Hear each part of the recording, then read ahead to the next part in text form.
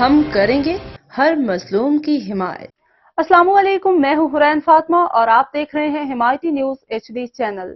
نظر ڈالتے ہیں آج کی اہم خبروں پر۔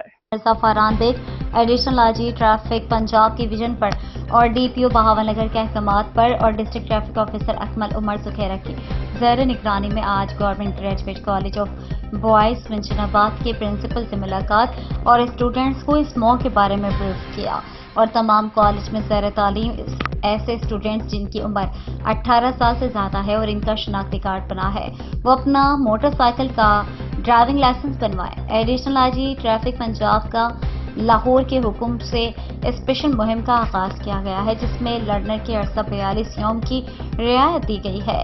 یہ رعایت 30 نومبر 2024 تک ہے، لہٰذا اس سے بھرپور فائدہ اٹھائیں اور گروپ کی شکل میں ٹریفک خدمت مراکز میں آ کر ڈرائیونگ لائسنس حاصل کریں۔